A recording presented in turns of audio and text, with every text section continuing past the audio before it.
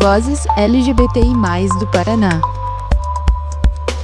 Então, Duda, quero que você se apresente, nome, idade, orientação sexual, identidade de gênero, cor, como você nasceu.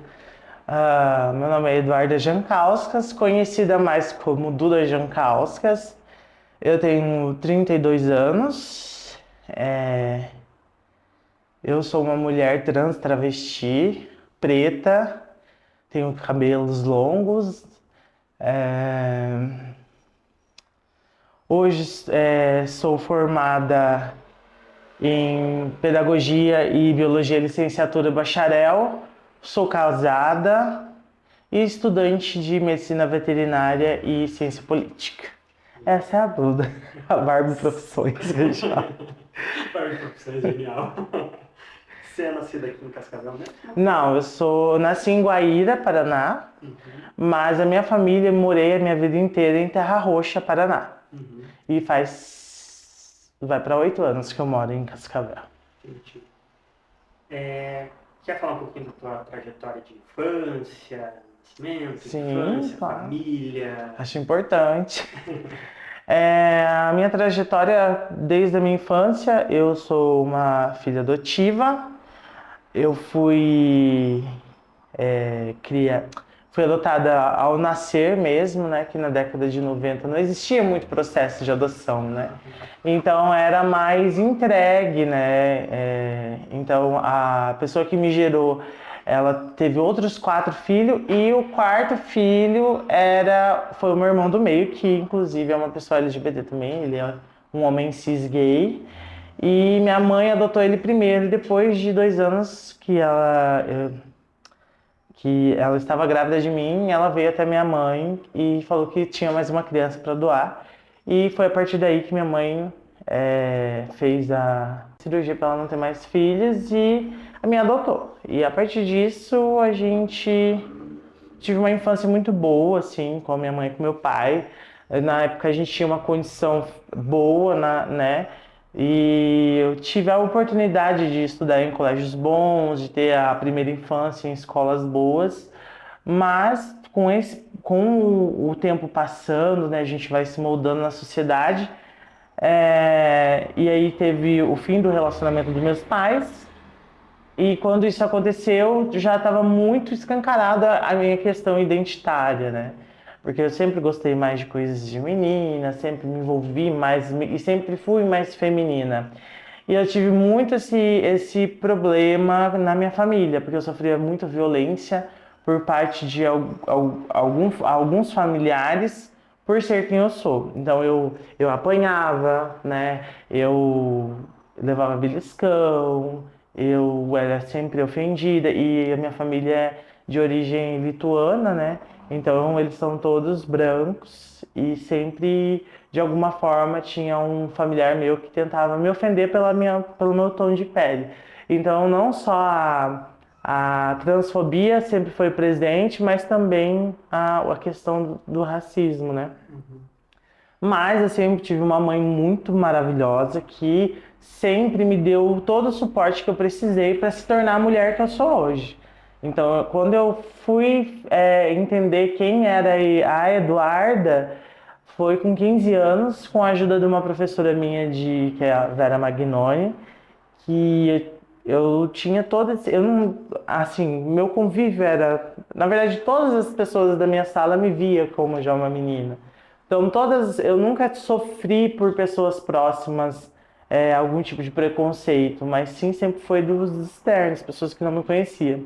E essa professora ela chegou para mim e falou que precisava ver, porque não era um menino gay, não era, eu era sim, ela via eu como uma menina.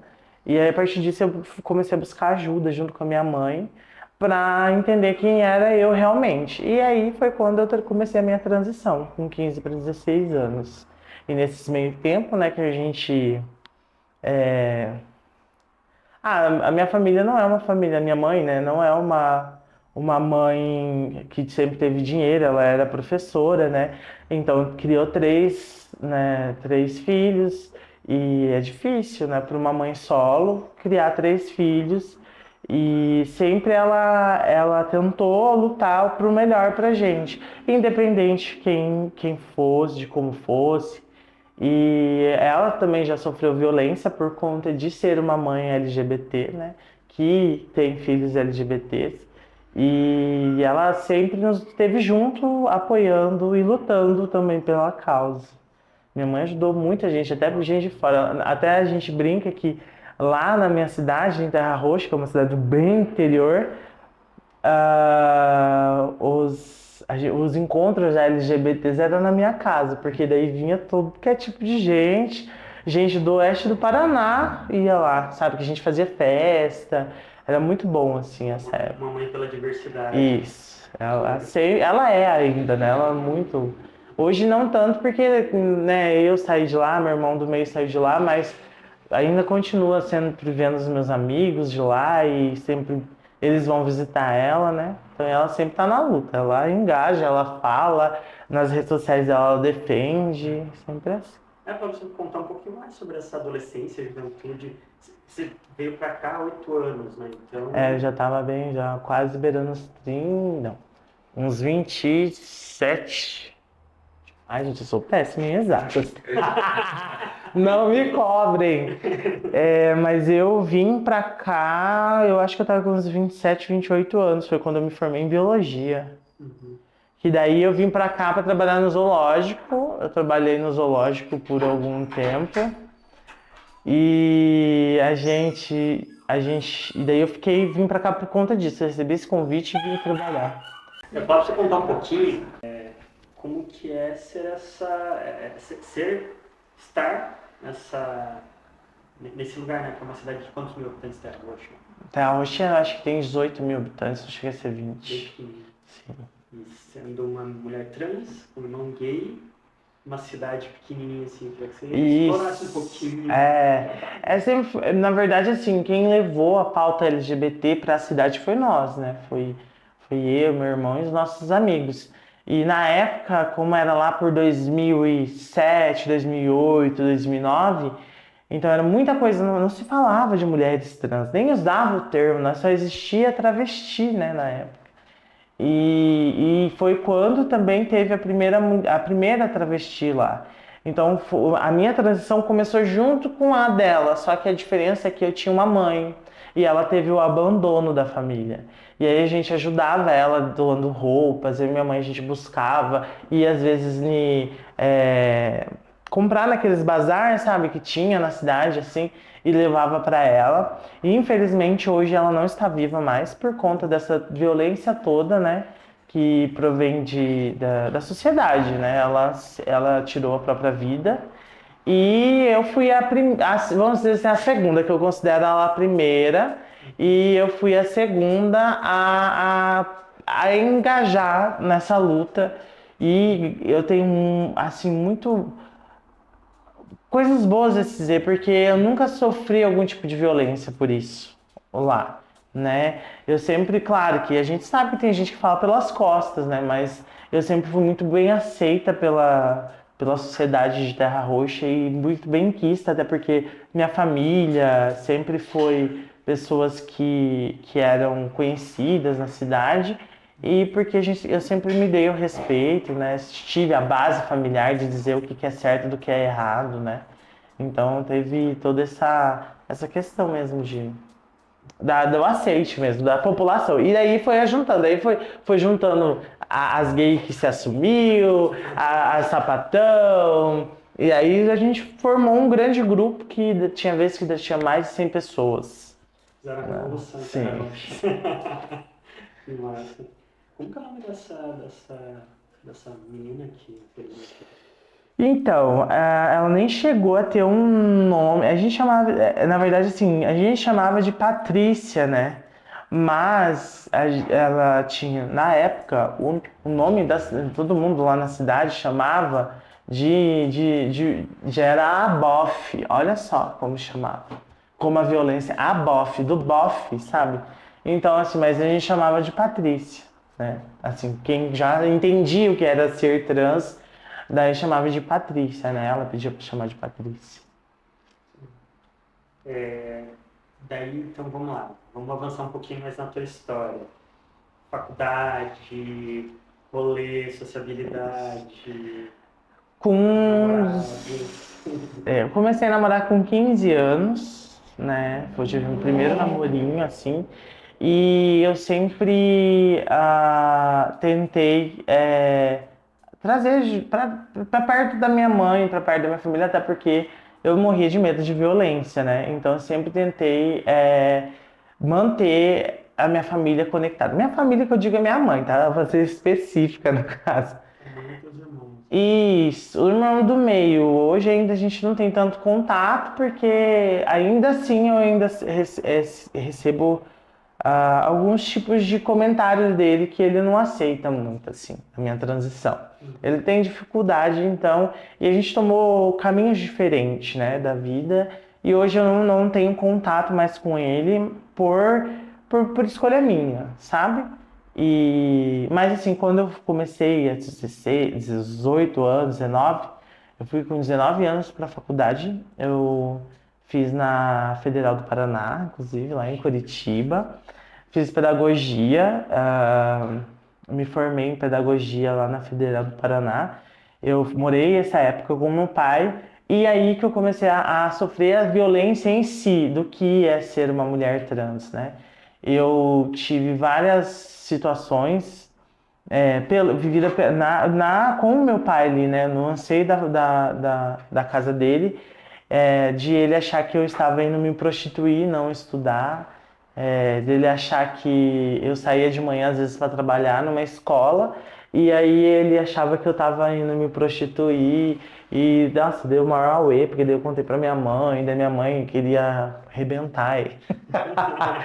Mas assim, eu nunca precisei do aval dele para nada, eu sempre troco ideia com a minha mãe do que fazer, do que, né, assim, quando eu tenho dúvidas sobre alguma atitude que eu devo tomar.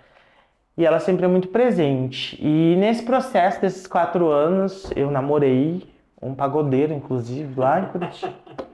Namorei um pagodeiro, vivia nos pagodes, era eu e os pagodes. Os pagodes de Curitiba eu conheço basicamente todos. E depois nesse um pouquinho antes, eu acho, que eu conhecer esse pagodeiro, eu saía, né, com as minhas amigas travestis. E eu conheci um cara de lá de Curitiba, que é advogado, e acabei me envolvendo com ele. Foi a primeira vez que eu sofri violência. Eu me envolvi com ele, e nesse processo de se envolver, eu jamais imaginaria que ele era noivo. E aí, nesse meio tempo aí de uns 3 meses, 4, eu descobri que ele era noivo. E aí eu cortei relações. Só que depois disso, eu já estava namorando. A noiva dele descobriu que não sei de que forma, e não sei como que foi eu, porque ele saía com outras. E ela veio atrás de mim, só que ela não conseguiu falar comigo na escola onde eu trabalhava. Mas ela chegou em casa e falou que tinha conversado comigo e que eu tinha assumido tudo que eu saía com ele. E ele foi depois lá na escola onde eu trabalhava. Um dia eu estava saindo da escola e ele me bateu, assim, na frente das crianças, na frente dos colegas de trabalho. Eu processei ele e a gente né, fiz corpo de delito, processei ele e depois disso ainda, eu fiquei sabendo que ele ainda casou com ela. E mesmo fazendo as coisas que faz, até hoje eu tenho certeza que faz, né? Mas ele escondia a aliança, né? Dentro do carro pra fazer as coisas dele. E aí ele acabou me agredindo porque, como ela falou que eu disse a ela, ele em nenhum momento questionou a mim. Ele simplesmente chegou me batendo, né? Então foi aí que eu vi a violência de perto. Depois disso, as violências que eu mais vivo é dentro da minha família mesmo, sabe? Da exclusão, de falas absurdas. Eu já escutei de um tio meu, que é o que até já me bateu por conta de eu ser quem sou, que eu não tinha utilidade nenhuma para estar aqui na Terra, que qual é a minha utilidade? Ele quis trazer a biologia justo para uma bióloga, né? Que a gente tem a função de crescer, nascer, se reproduzir e depois envelhecer, e aí quem que eu ia ser, quem que ia querer ficar comigo, onde já se viu, quem que ia querer casar comigo, né? Então, e hoje eu mostro tudo o contrário, né? Que eu sou uma mulher formada, tenho minha casa, sou casada com um militar, que eu adoro falar isso para as pessoas, para dar mais na cara das pessoas, de entender que nós estamos na sociedade e nós merecemos ser amadas, né? Então, eu tô casada já faz 4 anos, é, tenho o amor da minha família, que para mim basta, que é da minha mãe, e dentro desse processo, né, de entender quem sou eu e de amar e ser amada, porque nós travestis, a sociedade não nos dá esse direito, né? A gente só tem direito de ser objeto sexual das pessoas, né? E você ser amada e ter um relacionamento é mais uma vitória dentro da nossa comunidade, né? Incrível. Fala um pouquinho mais sobre tua formação, bióloga, trabalho. Gente, depois que eu terminei pedagogia, eu cheguei na minha mãe e falei, não quero criança. Eu era muito nova. Pedagogia? Eu sou pedagoga e bióloga licenciada e bacharel. E daí agora eu tô fazendo as outras. Mas vamos chegar lá. Eu vou explicar por que eu tô fazendo as outras duas. Mas eu terminei a pedagogia era em torno de 2013 para 2014. Em 2015, no Enem, eu tinha feito o Enem. E aí eu consegui passar em segundo lugar no SISU na Universidade Estadual do Mato Grosso do Sul. Aí eu fui embora para o Mato Grosso do Sul estudar lá e fiz minha faculdade lá, era integral, né? Era tarde e noite, nem é igual aqui que amanhã é tarde, era tarde e noite. E foi uma experiência muito boa. Porém, foi aí que eu aprendi que a política era obrigatória na minha vida. Eu deveria entender de política e lutar por política, porque eu tive que brigar por banheiro. E eu nunca imaginei que eu ia ter que chegar nesse nível de brigar por banheiro, por usar um banheiro feminino, por mostrar para as pessoas que eu sou uma mulher trans, brigar por nome social na época.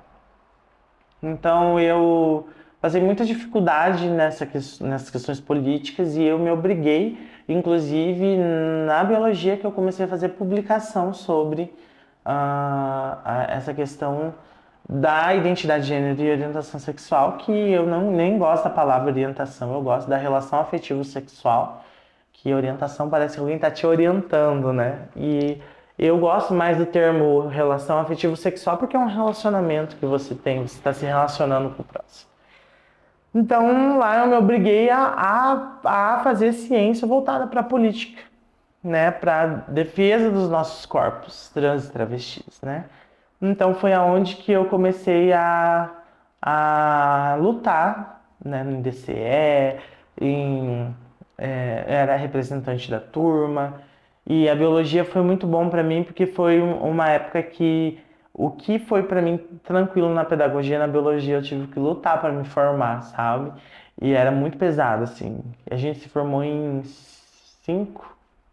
Então, assim, era ou você estuda, e aí quando chegou no meu terceiro ano da faculdade, eu tinha que trabalhar, né? Porque como que você vai sobreviver? As bolsas não estavam dando, ainda hoje é R$ 700 uma bolsa, né?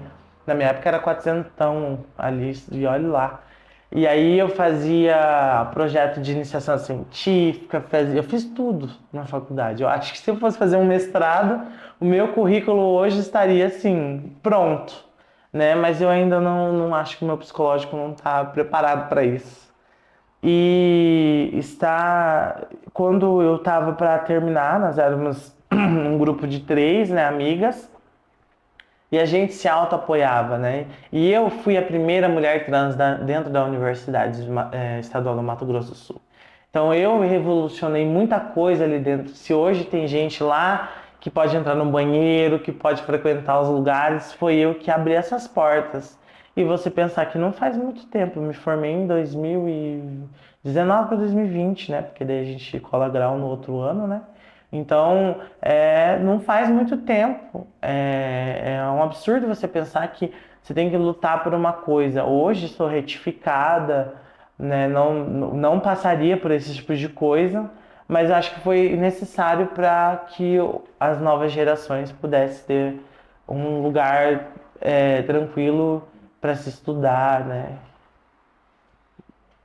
Vamos Pergunta? falar um pouquinho sobre a política na sua vida Ah, partidária, política no sentido mais amplo, candidata. isso. A política entrou de moda assim, vamos se dizer, aconteceu.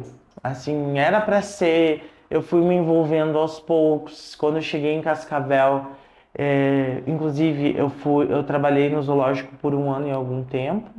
Aqui eu fui demitida por transfobia porque o gerente não gostava de mim, o gerente do zoológico.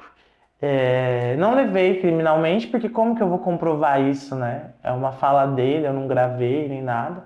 Mas todo mundo que trabalhou ali sabia, e todo mundo não queria que eu tivesse saído dali, né? E quando eu saí de lá, eu fui para trabalhar numa escala 6x1, escravizada, trabalhei em Bob's, revolucionei Bob's porque não tinha vale alimentação, eu briguei para vale alimentação. Então eu já vinha, a política já vinha dentro assim das minhas lutas, né? E foi aonde que eu encontrei um espaço dentro do Partido dos Trabalhadores. Me filiei, comecei a militar dentro desses espaços. E aí foi quando sentamos para 2000 ano passado foi 2004, né?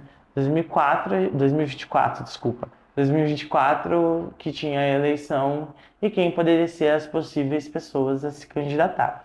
Foi aí que saiu meu nome como a representante da comunidade LGBT, né? Das pessoas pretas. E quando isso aconteceu, primeiro eu falei, será? Porque assim, eu tenho um marido muito antissocial. O Bruno é muito antissocial. Ele detesta estar no meio de muita gente, ele detesta estar nos espaços. E eu conversei muito com ele e nós decidimos juntos, e também com a minha mãe, né? Conversei bastante com ela. Que ela também sempre trabalhou na política, ela sempre foi envolvida. Em aceitar o que o coletivo decidiu e sair candidata. Mas jamais imaginaria que eu ia conseguir 1.245 votos e de que eu ia ser a primeira pessoa LGBT daqui de Cascavel a ser quase eleita e da representatividade que eu tenho, do carinho que eu recebi, recebi muita violência, mas ao mesmo tempo eu recebi o carinho. Então, assim, eu não tenho nem o que agradecer a essas 1.245 pessoas que depositaram a confiança de querer mudar Cascavel, né? Cascavel ainda é muito conservadora, tanto que a gente tem um cenário aí são 21 vereadores, então tem uma mulher, né? E uma pessoa de esquerda, vamos se dizer, né? Então a gente não avançou, a gente retrocedeu muito. E saber que possivelmente eu possa ser uma pessoa que na próxima possa estar representando as pessoas que confiam em mim, eu decidi a me profissionalizar, a entender o que é a política e nada mais, nada menos para mim dentro de uma graduação. Daí eu resolvi fazer ciência política, bacharel. E nesse meio tempo, eu que sou meio abusada, eu fui e fiz uma prova, assim, como ninguém queria nada, para conseguir uma bolsa em medicina veterinária, semipresencial. E junto com isso, como eu fiz pós, eu nem mencionei, mas na época que eu estava no zoológico, eu fiz pós também, pós-graduação em fisiologia animal. Então, eu especializei em fisiologia animal com foco em felinos. Só que a pós é muito ampla, né? E aí, quando eu consegui essa bolsa, eu consegui eliminar muita matéria. Daí eu fui para o 5º período de medicina veterinária. E assim, para mim, foi uma felicidade. Falei, jamais vou perder essa oportunidade, né? E estou fazendo, então, agora as 2 graduações, louca da cabeça, mas estou fazendo. Eu falo que medicina veterinária, pelo que eu amo, né? Porque eu gosto dos animais, eu defendo, eu salvo vidas, né? E eles são seres que não são inocentes, né? Que a gente vê que tem mais humanidade que nós, né? Seres humanos. E a medicina veterinária é mais para eu conseguir dar suporte para os meus e para os que eu consegui salvar, por exemplo, né? Que eu contei esses dias do caso que foi um atropelado aqui, que eu, graças a Deus, consegui salvar ele. E eu fico muito feliz, assim, de tudo isso que eu tô construindo, sabe? E de ser exemplo para muitas meninas, principalmente aqui de Cascavel, de que a gente não deve desistir, a gente deve sempre continuar para que a gente consiga os nossos objetivos e que a gente é uma mulher, sim, de estar no mercado, nas farmácias, professora, médica, seja quem a gente quiser ser. Que a prostituição não deve ser algo obrigatório, mas sim se nós quisermos ser, né? Então eu acho que eu fico muito feliz de hoje ser essa representatividade e de criar o movimento de pessoas trans, travestis e não binários aqui de Eu ia te Cascavel. pedir para contar um pouquinho sobre como está o movimento LGBT aqui, o movimento de mulheres trans e travestis. O movimento em si LGBT, ele ainda precisa muito fortalecer, ele não tem força. Na verdade, é isso que a extrema-direita quer, né? Que a gente não se fortaleça. E por conta de que hoje as pessoas preferem mais estar embaladas do que falar de política, a gente tem muita dificuldade. De que as pessoas tenham ciência de que a nossa comunidade, enquanto nós não lutar por nós mesmos, as outras pessoas, e principalmente os extremistas, vão tentar tirar o mínimo que a gente tem. Então a gente tem essa dificuldade muito grande. A comunidade trans já é um pouquinho diferente. Eu consegui acessar essa comunidade depois de muito tempo que eu estava aqui, porque eu fui, junto com algumas pessoas, percursora do meu nome e meu direito, junto com a defensoria, com a Jana, com os defensores. E a gente trouxe o meu nome e meu direito, e aí foi que a gente conseguiu reunir a população trans, que a gente retificou um monte, gente. E nesse processo, eu consegui conhecer essas pessoas e a gente sentar e falar, a gente precisa falar sobre a nossa comunidade. A gente precisa falar sobre política da nossa comunidade. E foi aí que a gente resolveu fazer um movimento de pessoas trans, travestis e não binárias.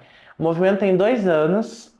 Ano passado a gente fez pela primeira vez uma reivindicação, né, aqui no centro de Cascavel, onde uma galera se uniu para mostrar que a gente existe e resiste. E desde lá a gente está criando, a gente fez um projeto do ambulatório trans, a gente encaminhou já para, por exemplo, a Unioeste, porque a gente tem espaço no HU para isso. Aí agora a gente está procurando os órgãos, né, estaduais e municipais para que a gente consiga essa verba para que o ambulatório a gente consiga atender o oeste do Paraná aqui. E também está tentando aí ver algum edital para a gente conseguir alugar uma casa, para ter uma casa de acolhimento, que é o que a gente passou da hora, né? Nossa população tem muita gente que está em situação, não só de pessoas trans, mas LGBTs, né? Que está em situação de rua, em vulnerabilidade, sofrendo violência e não tem para onde ir. E essa casa seria uma casa de acolhimento temporário, né?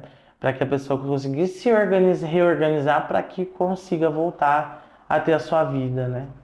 Então basicamente isso que o nosso movimento pensa e está lutando, né? Mas a gente pretende sim ocupar uma cadeira legislativa aqui. E se tudo der certo, em 2028 nós vamos ter uma primeira vereadora travesti no oeste do Paraná. E no Paraná, né? Que eu acho que nem tem, né? Bem rapidinho, que eu sei que você já está quase atrasado com o terreiro, e é justamente sobre isso que eu ia perguntar. A gente, conversando com as pessoas, a gente percebe que para muita gente a religião, em especial os terreiros, são lugares de acolhimento, né, para as pessoas da nossa comunidade. Queria que você falasse um pouquinho sobre a religião na tua vida, sobre esse espaço. Nossa,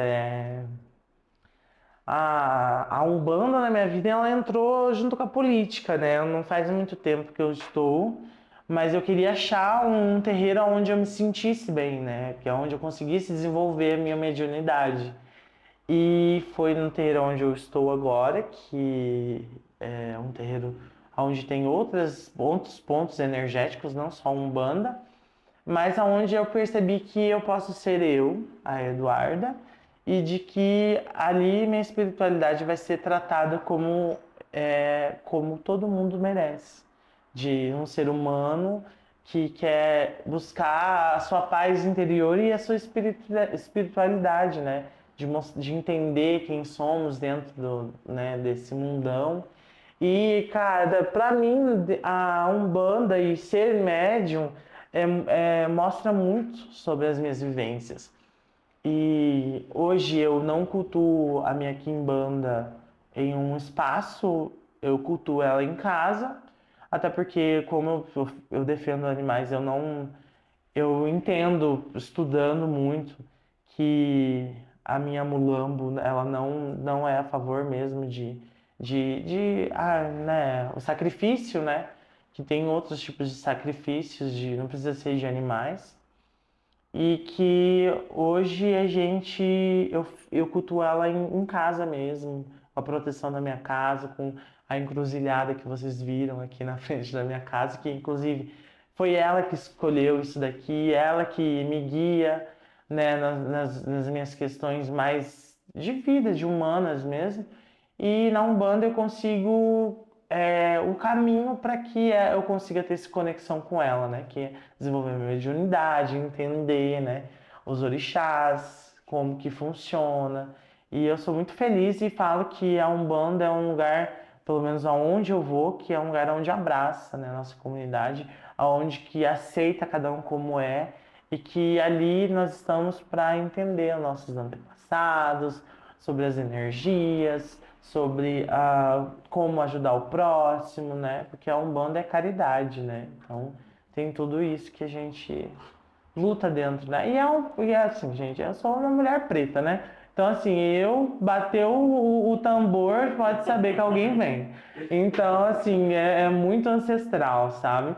E foi muito engraçado que quando eu entrei, a primeira entidade que eu tive contato foi a minha cabocla, né? Que eu tenho muita coisa indígena, né? Então, indígena não, que agora não é mais indígena, agora é povos originários, o termo correto. Mas eu sou muito feliz e fico muito feliz de ver que é uma religião que abraça muito a nossa comunidade. Para fechar, a gente meio que criou uma tradição nas entrevistas de que nós somos ancestrais do futuro, né? Hoje a gente anda pelos caminhos que foram pavimentados pelos que vieram antes da gente, e nós estamos pavimentando os caminhos dos que virão, né? O que você deixaria, assim, registrado, gravado para os que aqui estão, para os que virão? O que você deixaria de mensagem?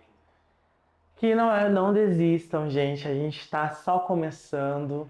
Que a nossa luta ela é constante do dia a dia, da sobrevivência, da luta contra a fome, contra a violência, contra a prostituição, de que nós, como pessoas LGBTs, a gente precisa entender que resistir não é algo que a gente possa escolher, a gente tem que resistir. Então eu espero que vocês, que futuramente quem veja esse vídeo, não esteja mais nas condições que nós estamos hoje, né? Que existam políticas públicas para os nossos corpos e que possam pessoas trans, principalmente, sobreviver, né? Porque, por exemplo, eu sou, dentro da minha estatística, uma travesti preta, vive até os 28 anos a estatística, né? Então, hoje eu já passei dessa estatística, eu já estou vencendo, mas eu estou vencendo não só por mim, mas sim por gerações que estão vindo, e eu espero que vocês consigam ser felizes, ser amados, consigam ter um emprego bom, ter estabilidade, saúde principalmente, todo mundo consiga fazer sua terapia hormonal, que as pessoas LGBT possam andar na rua sem ser violentadas. E então é isso que eu deixo de mensagem e espero que um dia, onde eu esteja, a gente consiga sentir que o amor venceu, né? Arrasou, maravilhosa! De nada. Acho, A gente fica emocionado, né?